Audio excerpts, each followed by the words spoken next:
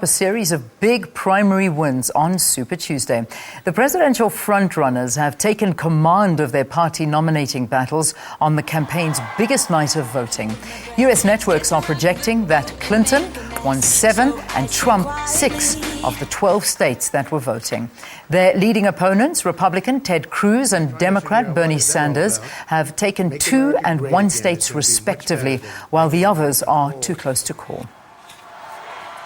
For more on Super Tuesday, let's cross over to beach in Florida, where the candidates have gathered for the news on the results. Our reporter Steve Mort is there on the ground near the Trump event. Steve, just talk us through now how it's actually looking, the race for the respective parties and the leadership thereof. I mean, we've already seen some states voting before the Super Tuesday. What is it looking like? I mean, is it almost a shoo-in now that Clinton will be the Democrat leadership and Trump the Republican?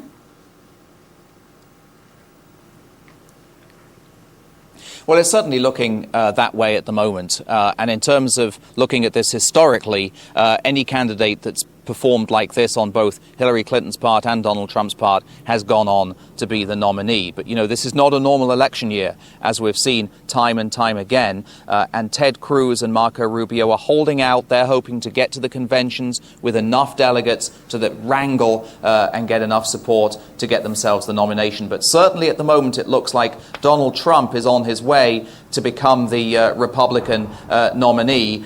He scored victories across a huge swath of states on Super Tuesday. The only two that he missed out on, really, were Texas, that was Ted Cruz's home state, and Oklahoma, which is another important Republican state, but really the majority of support going to Donald Trump. On Hillary Clinton's side, she only missed out on 2 states to Bernie Sanders, Vermont and Oklahoma. Those states are pretty small fry in terms of the Democratic nomination. So it certainly looks at the moment like Hillary Clinton is cruising on her way to meet Donald Trump. And certainly those two took aim at each other in their victory speeches. So certainly they're expecting to meet each other in the general election in November.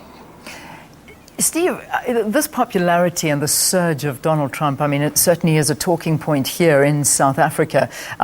Is it coming as a surprise in the USA as well?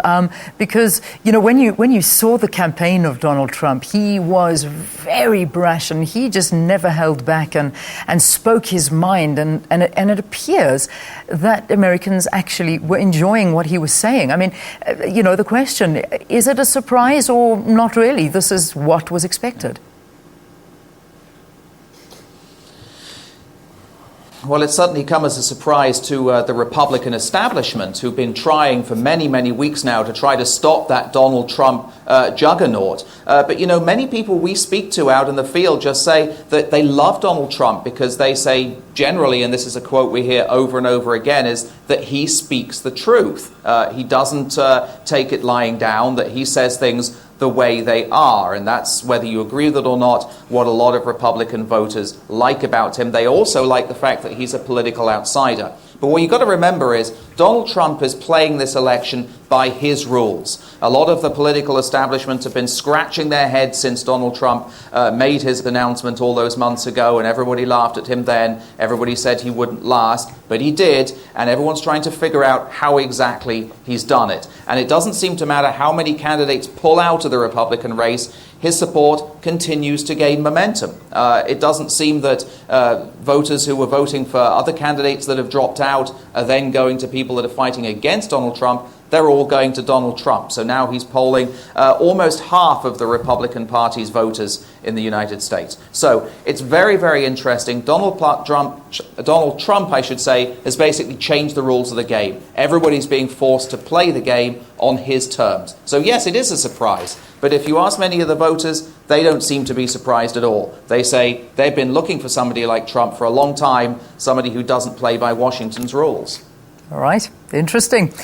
Steve, thank you very much for talking to us, just reporting live from Florida. And not that that is one of the voting constituencies, but that's up next. And that's where we're going to see the voters going in and seeing who their candidate is. So that's why Steve is positioned there, just to follow that and hear the speeches from Trump and Hillary as well.